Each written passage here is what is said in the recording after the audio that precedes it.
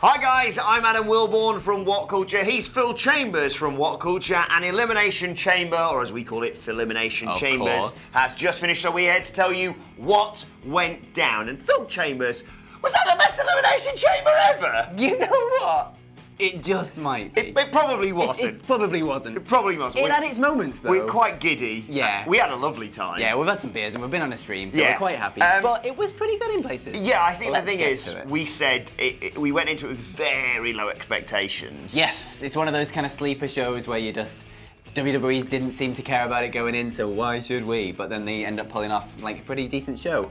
There's not anything in this whole card that I'm really disappointed with. But we should caveat that by saying the main event has divided a lot of opinion. It really has. We don't quite understand what was going on. We had the chat going on and there was very mixed opinions about whether this was either one of the best Elimination Chamber matches of all time or an utter pile of poo that nobody should ever watch. Yeah, like a complete knockoff waste Ronda of time. Rousey. But have you seen Shayna Baszler before? Like, you ask any WWE fan, in particular any NXT fan, not how this would go, but how this should go. And arguably, yes, there was a bit where it dragged maybe when we were waiting for Asuka to get released from the pod. Yeah. But I just think it's really inventive and gets her across as what she is and what they should have pitched her as from the beginning, which is just this killer, this monster. I described her as like Thanos. Dread it, run from it, destiny still arrives. She is coming for the Raw Women's Championship at WrestleMania, Becky Lynch, and she's probably going to choke the life out of you. As she did to every single other woman in this match. I don't understand. By one. If you didn't like that main event, I don't know what to tell you. I don't know if you like wrestling anymore. Yeah. Like, honestly, anyone in this office, if we could have picked, like, if we would have fantasy booked this match beforehand going in, saying, yes, Shayna Baszler's going to win, how should she do it? She should choke out every single goddamn person in that match. The only difference we probably would have had was have a start, choke her out, wait 5 minutes, choke her out, wait 5 minutes. But anyway, we'll get to that. Well, let's run through the card in order, and then we will get to the main event. We started on the pre-show, Viking Raiders beat Ryder and Hawkins. I don't know what to Then say. we had Daniel Bryan against Drew Gulak, which was a really interesting match, completely different to anything else on this card. It was obviously has the story of Drew Gulak knowing everything about Daniel Bryan's moveset before going in, Turns out having his game plan. If you throw him and he lands on his neck, good move. Yeah, that's generally, how do I counter this move? Make him land on his neck. How do I counter this move? Make him land on his neck. Daniel Bryan nearly teabagged himself at one point during this match. He got thrown so far and he rotated so far over, he was like, This back and his nasty. Anyway, but Daniel Bryan emerged victorious, reversing a Gulak into the yes lock. Drew Gulak passed out in it. Didn't tap. It says technical submission. He just passed out basically. But this was good. It was just a great opening match. Just really different, like you say, technical, but also just hard-hitting, good stuff.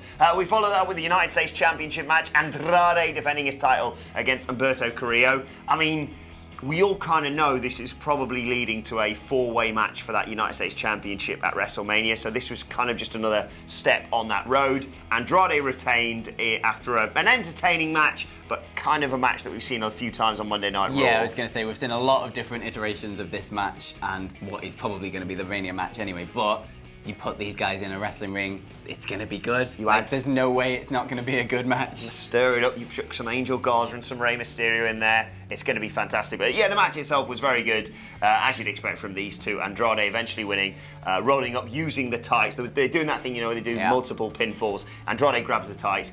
Humberto kicks out at 3.1, basically. He's still protected. There will be a campaign to get him another match that will eventually lead to, hopefully, a fatal four-way match for the United States title at WrestleMania. First Elimination Chamber match came next of the evening. It was for the SmackDown Tag Team titles, and there's a lot to get into here, Phil. There really is, isn't there? It started off. Who do I can't even remember who started. Let's just talk about Otis running through the pod. Forget about everything and He just ran talk about through Otis. the pod, not like Goldberg when he speared Jericho through it, or when Nia Jax ran through it.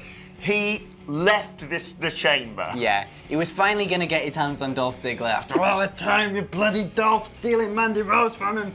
Yeah, a lot went on before this, but he was running at Ziggler. Ziggler moved out of the way at the very last minute as well. Like, it was close, he almost got taken with him. But straight through the pod to the outside, which I don't think we've ever seen before. And he was pretty much dead. Yeah, that was it. Tucker was like, mate, get up. Otis, Please get back get in. up. No, he's not moving, mate. And before that as well, we'd had Lindsay Dorado just disappear for about 5 minutes. And then finally, when we saw him, he was at the top of the chamber. Dangling down from his arms. Did a backflip moonsault thing onto everyone. Didn't matter because his partner Grand Metalik immediately got eliminated with a compactor, trash compactor Straight from away Heavy afterwards. Machinery. Heavy Machinery were then subsequently eliminated after the Otis thing. By the way, shout out to Tucker who did a somersault off one of the pods, which is no mean feat. But left alone without Otis, he succumbed to Dolph Ziggler and Robert Roode, who hit him with a super kick and then with a glorious DDT. They were then eliminated by the Usos. Did the big double splash from the corners, got them out. And then I really enjoyed the New Day's elimination because Kofi was jumping off the top of it. Was he jumping off the pod or off the top rope? Can't remember. The guy moved out the way and he landed kind of really awkwardly on his legs and like fell down. And it looked really nasty. And then just both The Miz and John Morrison scrambled into the ring as quickly as they possibly could. Both covered him and got him out. It was just a really sort of creative, interesting way to do it and keep their heel heat at the same time. And then they retained their titles with a really entertaining couple of minutes there in the final moments with them and the Usos. Lots of near falls. And then The Miz went to pin one of the Usos. I'm really sorry, I don't know which one it was. Put his feet on the ropes. Whilst he was doing that, John Morrison flipped over the top ropes. Over both of them. And helped with the pin. Yeah. Either way, they are still... There was a whole lot of pin going on, basically. Hey, ho, Miz and Morrison. They are still the SmackDown Tag Team Champions, and they are going to be unbearable on SmackDown as a result of it. No DQ match next. Aleister Black versus AJ Styles with Gallows and Anderson ringside, just in case, because it was a no DQ match. The story of this match, AJ Styles basically targeted Aleister Black's leg, and just took out his knee from most of the match. Didn't really matter because Aleister Black hit him with a Meteora off one of the announce tables through a table at one point. Then eventually there was kendo sticks being used in there, but the numbers game finally caught up to Aleister Black just as he looked like he was about to win. Gallows and Anderson come in, beat him down, set him up for a phenomenal forearm. They're holding him up basically, and then... Dong! The Undertaker's dong hit. He appears in the ring. Lights come back on. He's choking out both Luke Gallows and Carl Anderson. Just kind of chucks them out the ring. AJ goes for the phenomenal forearm. He just kind of turns around, grabs him, choke slam. Then the lights go off again. The Undertaker disappears. When the lights come back on, Aleister Black hits one of the most deadly-looking black masses I've ever seen on AJ Styles. It made my jaw hurt. It was mental. This was a really good match, but kind of marred by the fact that you're just kind of waiting for that dong to hit throughout the whole thing. We were just there going, when's the dong coming? If we weren't expecting the dong, this match probably would have been a lot better, but because we were just desperate for the dong, the rest of it kind of was just like, okay, get to the dong now. So, it was good stuff though. Say dong. Dong. Raw Tag Team titles are on the line next as the Street Profits faced off against Seth Rollins and Murphy. And this was another good match, a match really where it was a lot of stuff you've probably seen with them competing with each other on Monday Night Raw. But the boy popper himself turned up. Me and Phil were looking, if you just see the crowd in the background, we're like, what's going on? Is there a beach ball back ahead of WrestleMania? No, it was Kevin Owens. With his popcorn. He showed up. The popcorn was a very important key part of this. He showed up, he walked through the crowd, he hopped the barricade, Seth Rollins was there, he got a face full of popcorn in a wonderful shot. There was Seth Rollins furious with one piece of popcorn in his hair. Stuck there like, and then Angelo Dawkins sort of just, I suppose it was like a pounce, wasn't it really? Yeah. Just smashed him into the barricade. And then unfortunately Murphy was left all alone. Yeah. Having been, taking a lot of the offense, to be honest, in this match. And yes, he got hit with a picture-perfect frog splash from Montez Ford for the 1, 2, 3. Yeah, afterwards Kevin Owens obviously came into the ring. Buddy Murphy was on the outside, Seth Rollins was in the ring. Seth Rollins turns around, into the stunner after he'd very carefully placed his popcorn down to make sure it didn't get ruined. Hit him with a massive stunner. He sold it like a champ. And then as Kevin Owens was wandering off the ramp, eating his popcorn, just saw Buddy Murphy lying on the floor, just poured a bit of popcorn over him and just carried on walking. Good stuff. Wonderful stuff. Can't wait for that to be followed up on Monday Night Raw. The Intercontinental Championship match was next. Of course, this was a 3-on-1 handicap match. Braun Strowman defending against Shinsuke Nakamura, Cesaro, and Sami Zayn. This was brilliant. This was great stuff. This was so much better than it had any right to be. Going into this, we were kind of pitching our booking decisions about how they were going to have Braun Strowman squash all three of them, basically, because we just assumed that was what was going to happen, because it's WWE, and of course Braun would just beat three guys on pay-per-view. Why wouldn't he? Well, that wasn't the case. The numbers game finally caught up to him. He's still, I'm fairly certain, he's yet to lay a finger on Sami Zayn. We should say before this as well, Sami Zayn was cutting a promo just before they walked out, talking about how Braun Strowman has never laid a finger on him, and how his other two guys should just stay in the corner because Sami Zayn's going to take most of this match. He'll be fine. He's got Braun Strowman. And he was about to start the match and immediately tagged straight back out. And that just set the heel tone for Sami Zayn in this. Great bit where the whole match. Braun Strowman was setting up to do his big run around the ring thing. Sami tried to jump him and then ran away. And in the process of running away, Braun Strowman ran over Shinsuke Nakamura and Cesaro. But the finish was a thing of beauty. Cesaro was hitting some big moves on Braun Strowman. Then the referee, because Cesaro was a legal man, the referee gets distracted with him. Shinsuke Nakamura hits a Kinshasa between... Oh, that was it. Sorry. Braun Strowman gets magnetic ring post, of course. Shoulder into the ring post. Then he gets a Kinshasa, basically, between... It was Braun Strowman's head, Shinsuke Nakamura's knee and the ring post. Yeah. And then Sami Zayn hits his big haluva kick suplex thing that they did through the table on SmackDown. Sami Zayn pins Braun Strowman. He is the Intercontinental Champion, and he celebrates, quite rightly, like he's defeated a monster. Yeah, because he has. And still, at the end of this match, Braun Strowman has not laid a finger on Sami Zayn.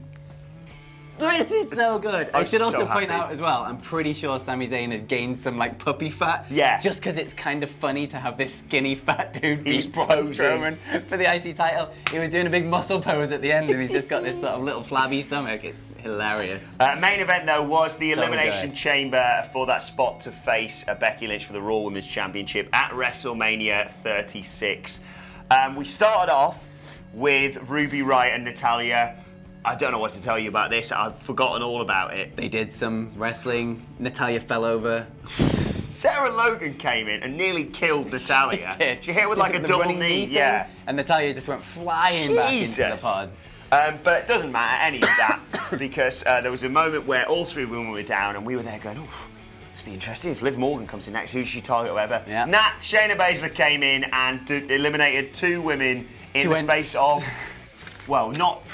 Yeah, 25 seconds. Yeah, she went straight for Sarah Logan, basically just picked her up off the floor in the Kirifuda clutch, gone, tapped out straight away. Then she just went straight to Ruby Riott and pretty much did the exact same thing. Lifted her up, out she goes, bye-bye. Natalya tried to put a bit of offense up. Yeah. And for that, was thrown into a pod and then had the pod door closed on her. Into her chest. Just again face. and again and again. And then when she was like, oh, thank God that's finished, Kirifuda clutch. Yeah. So you're passing out. And out she goes. And then finally, it was just Baszler and Asuka in a pod and Liv in a pod. I should point out as well, Asuka was bloody brilliant throughout this entire match. I've never seen someone cut an amazing promo from a pod. Yeah, they talk that about... I don't understand, by the way. You talk about maximising your minutes in a match. She was barely wrestling. She had 4 or 5 minutes of actual wrestling, and she was so good in this match just by being in a pod. People should watch her and figure out how to do this because she's brilliant at it. Liv Morgan came out like, okay, here we go. Yeah. Me and Shayna Baszler, former NXT champion, walking. Oh, dead. Murdered. No. It ended up that, she just beat her up for a while. She had her held in her legs and flicking around, and she threw her into the chains of the side of the Elimination Chamber. Oh, that's a bit painful. That looked pretty bad. Then she went back again into the pod, and Jesus Christ. I know it's like plexiglass, so it makes a loud noise, and it's and meant the to have camera a was bit there, of and give it to was really well shot. But bloody Jesus hell. Christ. They were like, yeah, you're not going to be working Mania. Bang! It ended up that basically Shayna Baszler was staring down at Asuka whilst lifting up Liv Morgan off the ground in the corner, staring dead eyes through Asuka until Liv Morgan just passed out, basically. And then, still while staring at Asuka, she just chucked her on the floor, not taking her eyes off Asuka for this whole time. Then there was a bit of a delay, which I can understand. The crowd were a bit weird tonight. By the reports of it, from what I've seen from like Bryan Alvarez, they weren't a huge fan of tonight, and obviously a sort of slow main event with Shayna Baszler sort of pacing around, just taunting. It's not going to help matters, but that's meant to be it. It's her character. She's not. I wouldn't have liked it if Natalya had come in and done a bit of offense with Shayna, or Liv Morgan had been like, right, well, I'm rested and you've just taken out 3 people, so I'm going to get some offense in. No, Shayna Baszler is a legitimate killer, is a former MMA fighter, and I realise that we've seen a lot of that in WWE recently, but she should not be having any trouble with Liv Morgan, and she didn't. The only person she should have any trouble with, which she did, was Asuka. Yeah, absolutely. So yeah, I can understand where the criticisms might come when it's just you're sat watching Shayna Baszler stare at Asuka for a good couple of minutes, really, wasn't it? Just get on with it at that point. Yeah, get on with it. But at the same time, both of them were putting in such great character work of just being absolute badasses, and Asuka just refusing to back down to Shayna was brilliant. But anyway, the pods eventually opened and Asuka came in, had a bit of a back and forth for a while. Mm-hmm. And then Shayna Baszler just went out of bollocks to it. There's a moment where she basically, Shayna Baszler gains the upper hand after they were both sort of brawling on the outside by utilising Asuka's injured wrist, bending it round the ropes. It looked horrible. She was kicking it as well. And then she grabbed it in the ring and twisted it around. I thought she was going to bite it at one point. But that gave her the advantage. That took Asuka down to a knee. So she just kicked her right in the face. Yeah. And that took her down. There was a bit where they were trying to exchange. She was going for the Kirifuda clutch. Asuka was going for the Asuka lock. Asuka was trying to reverse it to a kind of pinfall. rolled through. They couldn't quite get the pin on it. It was good. It was like wrestling. Yeah, it was a scramble. It's what it's meant to be. And then, yes, eventually, Shayna Baszler locks in the Kirifuda clutch. Asuka, you can see the life slowly draining out of her. Her arms drop down. She has been eliminated, and that is that. The light is flashing. How long does that mean we've got left on this? Couple of minutes. We can do this. So yeah, that's it. Shayna Baszler is heading to WrestleMania to face Becky Lynch. All in all, I really enjoyed this show. I don't know whether it was just us having a good time. Yeah, always when you're doing it on a live stream, it kind of skews it a little bit because you always think like it's a bit better than it was. But like judging by the comments, like that main event proper divided people, and I honestly do not understand how you can not like it. Like, people were worried about Shayna Baszler not winning the Royal Rumble. I kind of get that now with Charlotte, obviously challenging for the NXT Championship. Yeah. This is how you build up Shayna Baszler as a terrifying threat for Becky Lynch, who was watching backstage. And now you've got this unstoppable monster in Shayna Baszler going up against the reigning, defending women's champion, Becky Lynch. And it's going to be amazing. But let us know your thoughts on what you made of Elimination Chamber in the comment section below. Don't forget to like, share, and subscribe. And subscribe to WhatCulture Wrestling on either iTunes, Spotify, wherever you get your podcasts from, for daily wrestling podcasts. Myself and Michael Hamfler are going to review Elimination Chamber in full very, very soon. Plus, you can let us know your thoughts and Twitter questions as we head into the WrestleMania season. Less than 4 weeks now. On Twitter at WhatCultureWWE. Watch there. Follow both of us. You can follow Phil at Film My Chambers. Follow me at Adam Wilman. Follow us all at WhatCultureWWE. This has been Elimination Chamber. What went down? Was this the best Elimination Chamber ever? Maybe. Maybe not. We'll judge it in a couple of days. Yeah, exactly. My thanks to Phil Chambers. Thank you for watching, and we will see you soon. Bye.